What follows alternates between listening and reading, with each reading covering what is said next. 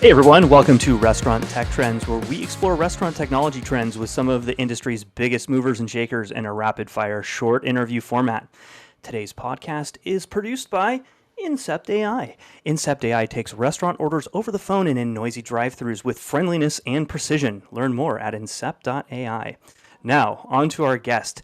Today, I'm joined by Justin Falciola, President of the Americas at Deliverect, the platform that recently crossed 1 billion digital orders and now connects 68,000 plus locations in 52 plus countries with 1,000 plus integrations.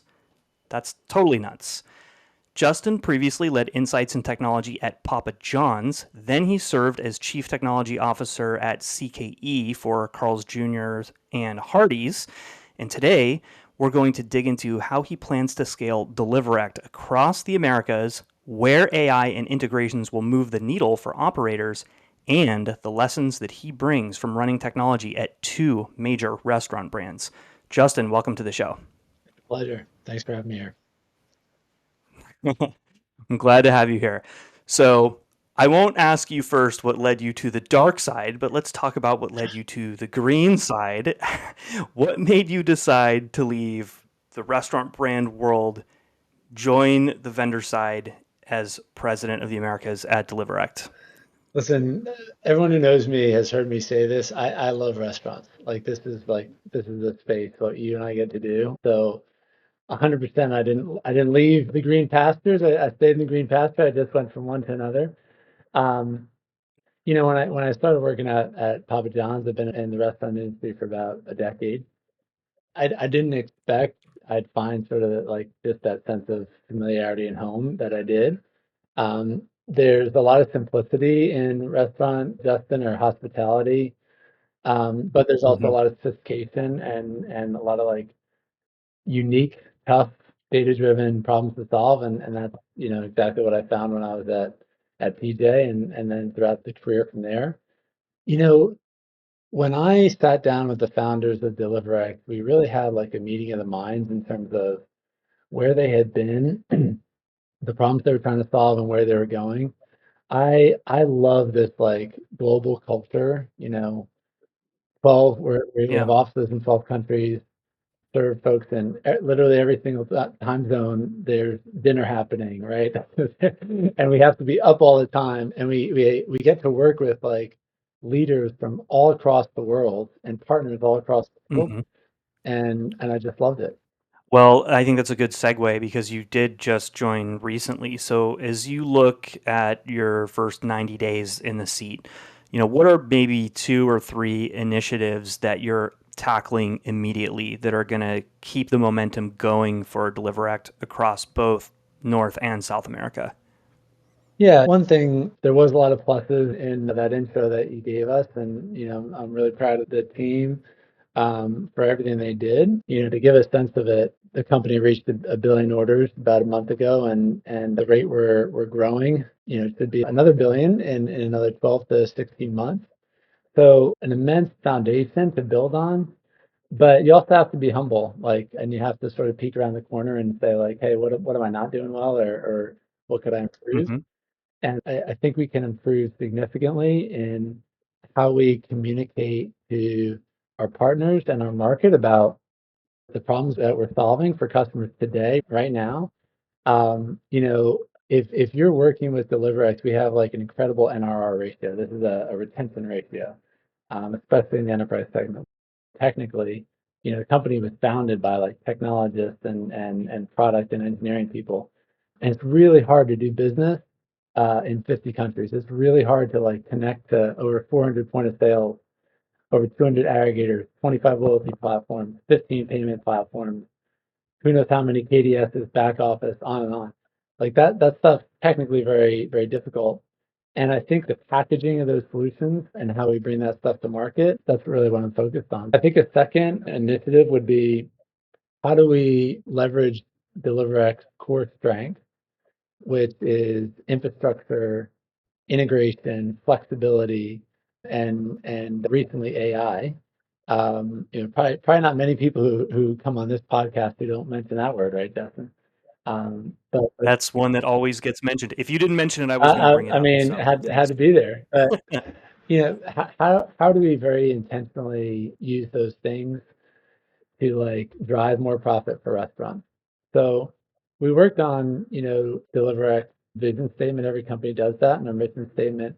And in our mission, very explicitly, and we use this as a filter for honestly all our conversations with customers and prospects.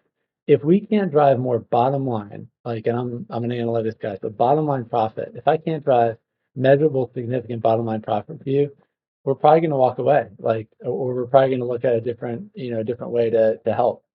And so, like, being very obsessed with helping restaurants scale and also scale their digital business more profitably, we're positioning our products and also our people very much focused on that goal. And then I guess the last thing would be our products, where we started, right? Where the company started 6 years ago was all about like connecting third-party marketplaces, to the center of the restaurant, right? Get the stuff into the cash register. And then it evolved from there. It evolved into dispatching solutions and delivery and logistics. And then evolved from there. About 3 years ago, we had partners coming to us and brands coming to us and saying, hey, I'm using those same APIs and that same menu building infrastructure and core configuration capabilities to drive my web, my app, my kiosk, my voice AI platform. And so that's really where we've been leaning in more recently is, creating those experiences or creating them through our partners, making sure that people can scale both their first party digital business right alongside their third party. Well, Justin, you've mentioned a couple things about this business. You talked about net revenue retention. You talked about helping to make your customers more profitable. But a technology company is very different than a restaurant company, right? You've got thousands of different customers now. They're working with Deliverect across multiple different products that you're offering. I'm curious to know a bit about the transition from the restaurant side to this technology platform side and what specific lessons from scaling that you learned at, Papa John's and CKE. You scaled loyalty, delivery, POS, all that kind of stuff. But which lessons do you think are going to translate most directly to Deliverex's customers and Deliverex's ongoing success? Sure. If I start with the latter, one thing working at a technology company, a SaaS-oriented company, is you have to automate or you don't survive. So within our Yep. company, I've been like very pleasantly surprised to find like it is, and we talk about a lot AI externally and how does AI help the restaurants, but it is like we cannot survive internally without like a very significant amount of automation in reverse. Sometimes there's a really good, what I typically refer to as like calibration or like stepping back and making sure, that everyone's on the same page in terms of where we're going and why. And making sure that there's enough time, doesn't have to be a long time, but enough time for everybody to like let that sink in. Because Mm-hmm. you can be really fast at what you do, right? And literally be chasing your own tail. So speed, acceleration, momentum. You have to align on the why and you have to align on the size of the prize. Yep. We've done a lot of that recently. It's just refocusing. The US is already our largest market. We've only really been focused on the US for a couple of years on it. The company's young, Right. 6 years overall, but a couple of years focused on the US and already like that message has resonated. Our customers, we're so thankful for them. They've trusted us. And we're going to grow this business significantly from here. My accountability is North America and LATAM. But within the world's largest restaurant market, there's a lot of diversity. And so for us, Justin, like Mhm. segmenting it out and figuring like which of our products are best for maybe the SMB segment and which of our products and partners are best for the enterprise segment. It's a lot of the work that we've done recently. And a lot of those things are things that I took from lessons in my past in the boardroom or in other forums at companies that I've been privileged to work at. Well, let's take a look a little bit more specifically at the future. And if you were to fast forward, say, to mid 2026, or let's even just say like 2027, how is Deliverect going to look different then? What are those big changes that you're working on? I'd say one is it doesn't have to take as long as it does today to deploy a digital solution. And we've been working with agencies recently who are doing amazing work, and they're like, Justin, with your platform as the back end, we can move so much faster. A lot of these companies are innovating on the front end as well, and our engineering teams are working together. It doesn't have to be a year. It doesn't have to be like 18 months. It doesn't have to be 9 months to deploy. And this is coming from somebody who like knows what it takes. I'm an engineer, like, by trade. That's where I started. So I think like the speed is going to change.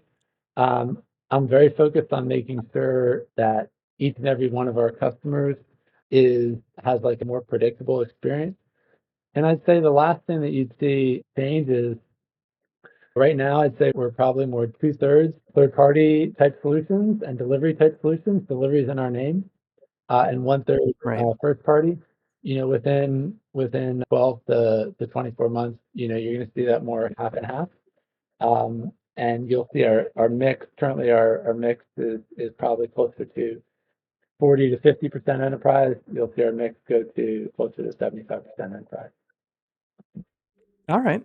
Well, let's talk for just a minute before we get into our rapid fire about emerging technologies. I'm curious, just generally, when you think about the space, what are some of these emerging categories? You've got a lot of stuff with computer vision, you've got a lot of stuff with voice, there's kitchen automation, dynamic pricing. What do you think of the emerging technologies in this space are going to have the biggest impact over the next few years, and how is Deliverect going to plug into them? I think there's a lot of runway for anything that optimizes the experience in the drive-through. Um, think about your digital presence. Where do you put a lot of time and energy? Of course, you're going to put a lot of time and energy on your marketing, your Instagram, your YouTube page, your linear media, your OTT, all that stuff. You're going to put a lot of energy into your brand website. If we put half as much energy from a QSR drive-through concept into the actual drive-through, right, the thing that 50 to 75% orders are going through, I think perhaps we'd see a little more frequency in our industry. So that's Yeah. one technology. That's digital menu boards and voice AI and the quality of the physical solution, like the quality of just the thing you're looking at, right? It's out there in the wind and the elements, the payment systems. But I think there's going to be a lot of innovation in the drive-through. I also think, and I know it's almost maybe a trite thing to say, but the way people order, the way people search for food or like think about the experience they're going to have or try to put together that whole journey, not just the ordering, but the whole journey, as well as what happens afterward, right? In terms of getting the food and if you're satisfied or not. It Hmm. 100% is being disrupted right now and will more and more rapidly in the next, I'd say, 2 to 4 years be disrupted. Yeah, for sure. Now, because we're tight on time, let's go ahead and move to our rapid fire questions. So, for everyone that's watching or listening right now, Justin has not heard any of these questions before. He has no idea what they are. So, Here Justin, we let's go. go ahead and get Here we started. go. Number one, pineapple on pizza. Yes or no? Oh, definitely not. Don't do that. All right, I'm with you on that one. Okay, next one. Where do you see AI delivering the clearest ROI for restaurants today? In terms of right now today, I think it's Okay. in the restaurant for the GM, making the GM's life easier. All right, cool. All right, last question. And now, because you're on the vendor side and you've been on the other side, what should vendors stop doing when they're selling to restaurant brands or operators? What is the one thing that just drives you crazy? You gotta stop thinking about yourself all the time. You have to put yourself in the shoes of the person on the other side of the line. And sometimes that means walking away. And sometimes that means let's talk in 12 months. Got it.